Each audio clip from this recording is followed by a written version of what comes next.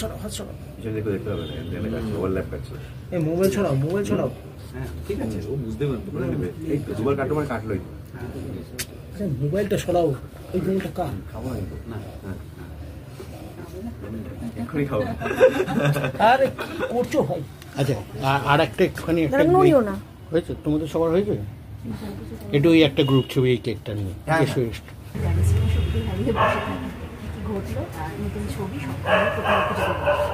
আমার ছবি অপরিচিত 10 তারিখ আসছে 10 সেপ্টেম্বর তো এটাতে একটা হাজব্যান্ড অ্যান্ড ওয়াইফ তারা সময়ে যায় এবং একটা অ্যাক্সিডেন্ট হয় এই অ্যাক্সিডেন্টে আমার চরিত্রটা আমি যে চরিত্রটা করছি রঞ্জন তার স্মৃতিভ্রংশ হয়ে যায় অনেক কিছু মনে নেই কিছু কিছু জিনিস মনে আছে এরকম অবস্থায় তার স্ত্রী তারা যেহেতু দুজনে মিলে যাচ্ছিল সেটাও সে পুলিশের থেকেই জানতে পারে যে তার স্ত্রীকে পাওয়া যাচ্ছে না এবং তারপর 2-3 দিন বাদে স্ত্রী ফিরে আসে যেহেতু এই সবটা ভুলে গেছে স্ত্রীকে চিনতে পারে না এবং ও মনে করে যে অন্য কাউকে ওর বউ বলে ওকে ওকে মানে এটার মধ্যে একটা ষড়যন্ত্র দেখতে পারে এবার এটা থ্রিলার এই পর কি হয় বা কি ঘটে তার জন্য আমাদের সিনেমাটা হলে গিয়ে দেখতে হবে জানুয়ারি চলেই আসবে হলে স্ত্রীকে কি কোথাও সন্দেহ করতে শুরু করে হ্যাঁ এই যেহেতু বিশ্বাস করছে না যে স্ত্রী ফলে ও মনে হয় যে ও একটা কনস্পিরেসি পার্ট এটা ট্রেলারেও অল্প বিস্তর বোঝা যায় যে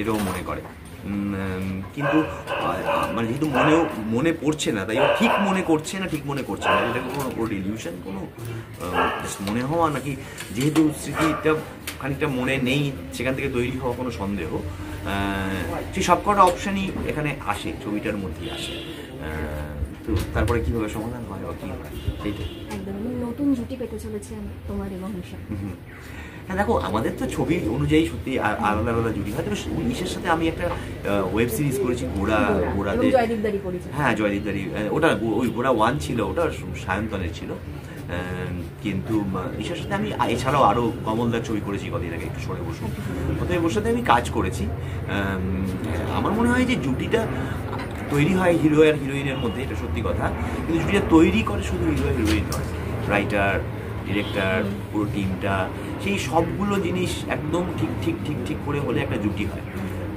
তো তার পুরো ক্রেডিটটা অভিনেতা অভিনেত্রীর উপরে দেওয়া হয় বটে আসলে তারা পুরোটার ভাগিদার আসলে নয় এসকে মুভিজের ছবি মানেই সেটা বিদেশে পাড়ি দেওয়া এবং সেখানে গিয়ে শুটিং হওয়া লন্ডনে শুটিং হয়েছে সেইটা একটুখানি শুনি যে সেখানে কীভাবে শুটিং হলো এবং বিদেশে এইবারে বিদেশে গিয়ে তুমি কী এক্সপ্লোর করলে বা এরকম কিছু যদি একটু হলো হ্যাঁ আমাদের গল্পটা ইউকের বেস কিন্তু সেটা লন্ডন নয় এটা মানে লন্ডনটা বড় শহর তার থেকে একটু দূরে একটা যেন একটুখানি কম মানুষ ঠান্ডা স্যাঁতস্যাঁতে একটা জায়গা মানে একটা ঘুমন্ত শহর থেকে তুমি বলতে পারো যে প্রচুর লোক নেই এইরকম একটা ছবির প্রয়োজনে এরকম একটা জায়গা দরকার ছিল আমরা অল্ডারশট বলে একটা জায়গাতে শুটিং করেছি তো আজকাল সত্যি এসকের ছবিতে তো অনেক ক্ষেত্রেই আমি 3টে ছবি করেছি ইউকেতে শুটিং হয় তো ফলে একটা নতুন জায়গা দেখার একটা নতুন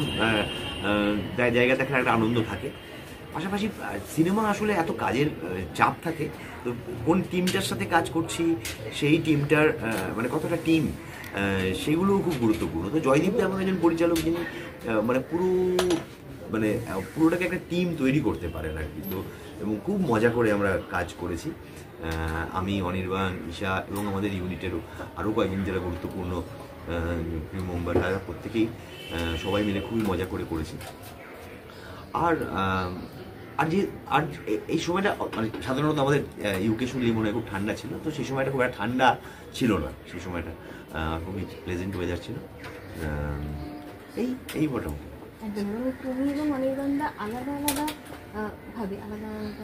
তোমার গল্পে আমরা জয়দীপদার পরিচালনা তোমাদের দেখেছি ত্রয়ী একসঙ্গে হ্যাঁ ঠিক অনির্বাণ তো জয়দীপদার সাথে অনেকগুলো কাজ করেছে একেন বাবু তো প্রচণ্ড পপুলার অনেকগুলোই জয়দীপদা করেছেন হ্যাঁ আমরা 3 জন কম্বিনেশন তো কখনোই করিনি আর অনির্বাণের সাথেও আমার এটা প্রথমই কাজ এই কাজটা তারপর আমরা অন্যান্য কাজ করেছি তো অনির্বাণ অভিনেতা হিসেবে দারুণ অভিনেতা এটা আমার বলার অপেক্ষা রাখে না ভীষণ কি বলবো প্রত্যেকটা চরিত্রে আশ্চর্যভাবে মানে সেই চরিত্রটা হয়ে যাওয়ার ওর ক্ষমতা আছে। এবং এবং আমি নিজে যখন দর্শক তখন ওর অভিনয় খুব এনজয় করি এবং অভিনেতা হিসেবে ওর সঙ্গে আমি অভিনয় করতে চাইছিলাম অনেক দিন থেকেই।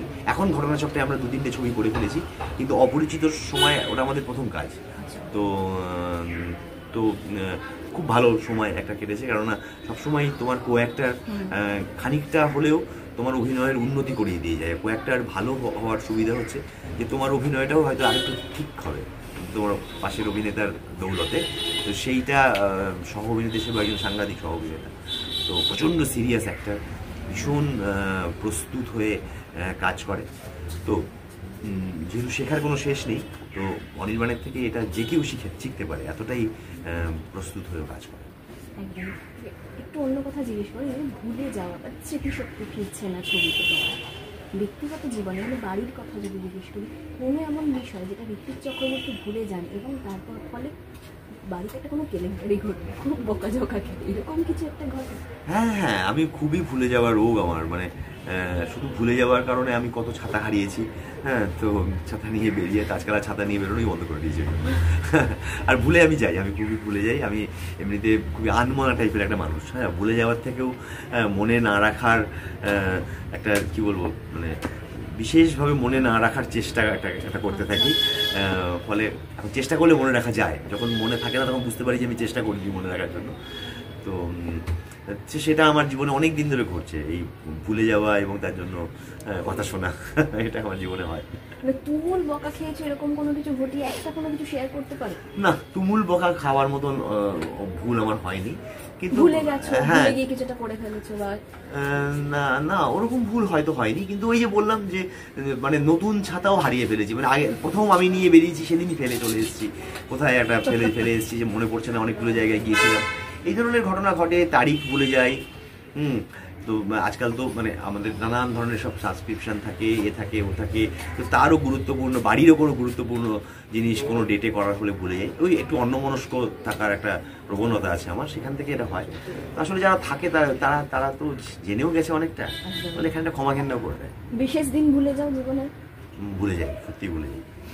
দর্শকদের বলবো আমার ছবি অপরিচিত 10th জানুয়ারি হলে রিলিজ করছে। আপনারা হলে গিয়ে ছবিটা দেখুন। এটা খুবই একটা জমজমাট থ্রিলার। আমি, অনির্বাণ চক্রবর্তী, ঈশা সাহা অভিনয় করেছেন, প্রত্যেকেই আপনাদের খুবই প্রিয় এবং পছন্দের অভিনেতা, আর পরিচালক জয়দীপ মুখার্জি। ছবিটা দেখবেন হলে 10th জানুয়ারি। ঠিক আছে, যা বুঝে বুঝে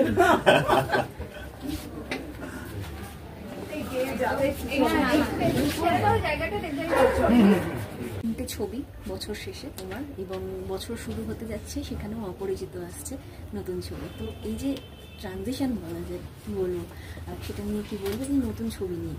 হ্যাঁ, নতুন ছবিটা নিয়ে বলি, ওইটা তো পুরনো হয়ে গেছে। এবার এই অপরিচিত, এটা এসকে মুভিজ যে 18টা ছবি অ্যানাউন্স করেছিল, তার মধ্যে প্রথম যেটা রিলিজ করছে সেটাই এটা। 10th জানুয়ারি রিলিজ করবে অপরিচিত। এটার ডিরেকশন হচ্ছে জয়দীপ মুখার্জির, এবং আমি, ঋত্বিক, ঈশা, এরা প্রাইমারি ক্যারেক্টার্সগুলোতে অভিনয় করেছি। যেহেতু থ্রিলার, এটা সম্বন্ধে খুব বেশি তো বলা যাবে না। এটুকু বলতে পারি যে একজন হাজব্যান্ড ওয়াইফ, তাদের একটা কার অ্যাক্সিডেন্ট হয়, এবং অ্যাক্সিডেন্টের পরেই হাজব্যান্ড যে তার স্মৃতি চলে যায়, সে আর কিছু মনে করতে পারে না, এবং ওই একই অ্যাক্সিডেন্ট থেকে ওনার ওয়াইফ নিখোঁজ হয়ে যায়। এবং যেহেতু এটা নিখোঁজ এবং একটা অ্যাক্সিডেন্ট ঘটেছে, সেই জন্যে কি অ্যাকচুয়ালি ঘটনাটা, ওটা ইনভেস্টিগেট করতে আমার চরিত্রটি আসে। এবং অপরিচিত এই কথাটা অ্যাকচুয়ালি তিনটে প্রধান ক্যারেক্টারের ক্ষেত্রেই অ্যাপ্লিকেবল, সবাই সবার ক্ষেত্রে অপরিচিত। আপাততভাবে এটুকু একটা সরল গল্প মনে হচ্ছে, কিন্তু এর মধ্যে অনেক আরও স্তর রয়েছে, যেগুলো ছবি দেখলে বোঝা যাবে। আমার খুব জমজমাট একটা থ্রিলার মনে হচ্ছে এটা। আমারও রহস্যের মানে সমাধান একটু অন্যরকম ভাবে, আবার এবার পুলিশ ছবি, অন্যান্য বারের মতো, সেটা নিয়ে।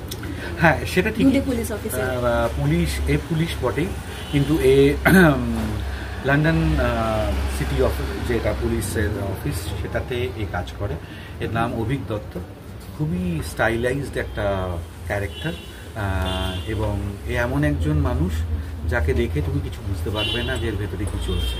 এর মুখে কোনো এক্সপ্রেশন নেই, এর চোখে কোনো এক্সপ্রেশন নেই, ফ্ল্যাট টোনে কথা বলে। হ্যাঁ, ক্যারেক্টারটাকে দেখে, তিনটে ক্যারেক্টারকেই দেখে যা মনে হয় তার থেকে আলাদা। এবং জয়দীপদার সঙ্গে আবারও তোমার কাজ, হ্যাঁ। জয়দীপদার উপর বোধহয় তোমার একটা অন্যরকমের ভরসা কাজ করে। হ্যাঁ, এবার আমরা 10টা কাজ একসাথে করেছি।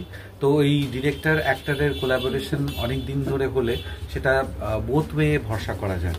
মানে জয়দীপদাও আমাকে ভরসা করতে পারেন অভিনেতা হিসেবে, আমিও খুব নির্ভর করতে পারি জয়দীপদার উপরে। এক হচ্ছে এটা বুঝতে পারি যে জয়দীপদা আমাকে কোনো ক্যারেক্টারের জন্য বলছেন, মানে হচ্ছে নিশ্চয়ই সেই ক্যারেক্টারটার একটা কোনো গুরুত্ব রয়েছে খুবই, না হলে আমাকে বলবেন না করতে। আর উল্টো দিকে জয়দীপদাও আমাকে ভরসা করতে পারে যে এই চরিত্রটা নিশ্চয়ই অনির্বাণকে দিলে অনির্বাণ কোনো একটা জায়গায় এটাকে নিয়ে যেতে পারবে। এবং চক্রবর্তী ঠিক, এটাও একটা খুব বড় কারণ এই, এবং আমার আনন্দের কারণ সেটা হচ্ছে ঋত্বিক আমার খুবই পছন্দের একজন অভিনেতা। আমি যখন ফিল্মে অভিনয় করতাম না তখনও ওর অভিনয় দেখে মুগ্ধ হতাম এবং ইন্সপায়ার্ড হতাম। এই ছবিতে প্রথম আমরা একসাথে কাজ করেছি এবং কাকতালীয়ভাবে তার ঠিক পরপরই আমরা অনেকগুলো কাজ করলাম আরও, যেগুলো আসবে এরপরে। তো সেইখানে আমাদের আলাপ এবং দুজন অভিনেতাই দুজনকে একে অপরকে পছন্দ করে, তারা একসাথে কাজ করলে সেটা একটা সেই কোলাবোরেশনের জায়গাটা, ভরসার জায়গাটা অনেক ভালো হয়। আমার ওর সাথে অভিনয় করতে খুবই ভালো লেগেছে এবং খুব আনন্দ পেয়েছি যে এই ছবি আমাকে প্রথমবার সেই সুযোগটা দিয়েছে। আমি শেষ একটা প্রশ্ন করব যে এই ছবিতে তো স্মৃতি চলে যাচ্ছে ব্যক্তি, মানে ঋত্বিকদার যে চরিত্রটা, তোমাকে আমি যদি জিজ্ঞেস করি ব্যক্তিগত জীবনে অনির্বাণ চক্রবর্তী কি এরকম মানে কোনো অন্যান্য কাজের পরিসর বাদ দিয়ে ব্যক্তিগত জীবনে ভুলো মনের কোনো কাজ করে বা ভুল করে ফেলার পর? আমার এমনিতে মেমোরি ভীষণ শার্প, বেশিরভাগ জিনিসই মনে রাখতে পারি, যেগুলো মনে রাখি না সেগুলো মনে রাখতে চাই না বলে মনে রাখি না। Thank you.